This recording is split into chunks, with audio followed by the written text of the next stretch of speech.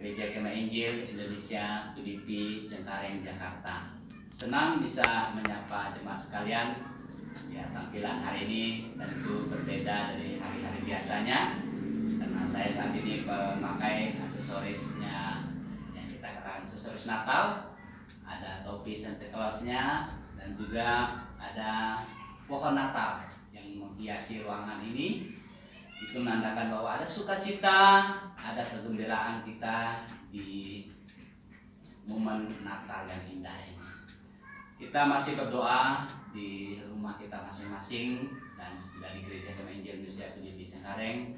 Saya akan membaca bagian firman Tuhan yang boleh menuntun kita di dalam doa kita pada malam hari ini, yaitu dari Matius 1 ayat yang ke-23, yaitu Injil Matius pasal 1 ayat yang ke-23 yang berkata demikian: sesungguhnya anak darah itu akan mengandung dan melahirkan seorang anak laki-laki, dan mereka akan menamakan dia Immanuel, yang berarti Allah beserta kita. Itu Immanuel yang berarti Allah beserta kita. Kalimat ini saya akan membawa kita merenungkan bagian firman Tuhan ini yang temanya adalah tentang namanya Immanuel. Immanuel, Allah beserta dengan kita. Jemaat Tuhan, sebelum seseorang dilahirkan dan dia sedang dikandung oleh ibunya, tentu ibunya sudah mempersiapkan sebuah nama bagi anak yang akan dilahirkan tersebut. Nah, tentu nama itu juga bisa mengarah kepada latar belakang suku dan keberadaan mereka.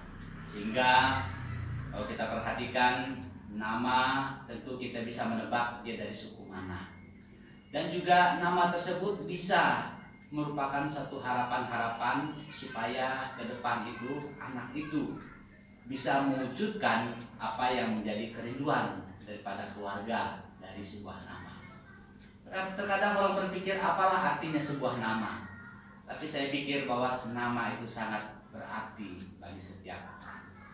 Saudara yang dikasihi oleh Tuhan, namanya adalah Immanuel, yang berarti Allah beserta dengan kita.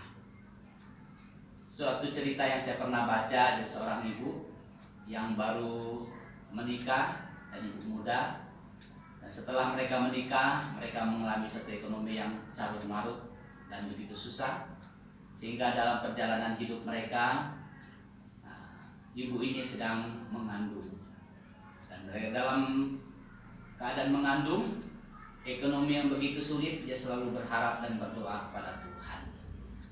Menjelang anak itu akan dilahirkan, ekonomi mereka sedikit demi sedikit dipulihkan. Dan sampai anak itu lahir, berkat Tuhan selalu melimpah dalam kehidupan mereka. Sehingga ibu muda ini memberi nama kepada anaknya Yosua, yaitu penyelamat. Dia terinspirasi dari kehidupan Yosua yang mengganti Musa memimpin bangsa Israel dari perbudakan, sehingga umat Israel menuju kejayaan. Selama 40 tahun mereka mengalami suatu kesusahan. Yosua membawa kemenangan bagi mereka. Nah, ibu muda ini terinspirasi memberi anaknya adalah Yosua karena anaknya membawa satu berkat dalam kehidupan keluarga mereka. Dan itu merupakan harapan dari setiap orang tua terhadap nama daripada anak yang akan dilahirkan tersebut. Saudara dikasih oleh Tuhan, demikian juga dalam ayat pembacaan kita ini dikatakan bahwa sesungguhnya anak darah itu akan mengandung dan melahirkan seorang anak laki-laki, dan mereka menamakan dia Immanuel, yang berarti Allah beserta kita. Namanya Immanuel yang berarti dia beserta dengan kita. Puji nama Tuhan. Di momen Natal ini kita sedang memperingatinya, merayakannya, yaitu Immanuel, bahwa Allah beserta dengan kita. Apa buktinya bahwa Allah beserta dengan kita? Kalau kita melihat dalam Alkitab ini tentu ada banyak sekali bukti-buktinya. Kita perhatikan bagaimana Allah itu beserta dengan kita. Dan saya mengambil satu bagian firman Tuhan itu dari Mazmur 23, yaitu menceritakan adalah bukti bahwa Allah beserta dengan kita. Yang pertama, apa buktinya bahwa Allah beserta dengan kita? Dia mengatakan, Tuhan adalah gembalaku yang baik. Tapi Allah kita digambarkan seperti gembala yang baik. Gembala yang baik selalu bersama-sama dengan dombanya dan selalu membawa mereka ke satu tempat yang baik dan tenang bagi domba-domba tersebut. Berarti di sini dikatakan dia adalah gembala yang mengenal dan tahu persis tentang domba-dombanya. Itu adalah satu bukti bahwa Allah menyertai kita dan Allah bersama-sama dengan kita. Bukti yang kedua bahwa Allah beserta dengan kita, saya membaca ayat yang kedua mengatakan, Ia membaringkan aku di padang yang berumput hijau, Ia membimbing aku ke air yang tenang. Bukti yang kedua adalah Tuhan menyediakan kebutuhan fisik kita. Apa kebutuhan fisik kepada domba-domba saat itu? Katakan dalam pembacaan kita bahwa Ia membawa aku ke padang yang berumput hijau saat mereka sedang kelaparan. Dan Ia menuntun aku ke air yang tenang saat mereka mengalami kehausan. Tuhan menyediakan kebutuhan fisik kita dalam segala sesuatu yang kita butuhkan. Ia mencukupkannya, Ia menyediakannya bagi kita. Itu adalah Allah kita yang selalu bersama-sama dengan kita, Immanuel. Tuhan yang menyediakan kebutuhan fisik kita sehingga kita tidak kekurangan. Dan yang berikutnya pada ayat yang ketiga mengatakan bahwa, saya menggariskan kalimat ini, Ia menyegarkan jiwaku. Artinya di sini Tuhan menyediakan kebutuhan rohani bagi kita. Jiwa kita disegarkan. Tentu saat menghadapi pandemi COVID-19 ini, jiwa kita sudah mulai redup, sudah mulai loyo karena situasi, keadaan, ekonomi, dan berbagai hal membuat kita sudah menjadi lemah. Firman Tuhan mengatakan sini, Ia menyegarkan jiwaku. Artinya Dia seperti air yang memberikan kehidupan, menyegarkan hidup kita, jiwa kita kembali. Ia menyediakan kebutuhan rohani kita. Pada ayat yang keempat juga dikatakan, sekalipun aku berjalan dalam lembah kekelaman, aku tidak takut bahaya, sebab Engkau besertaku, gadahmu dan tongkatmu, itulah yang menghibur aku. Puji nama Tuhan, penyertaan dalam masa-masa sulit.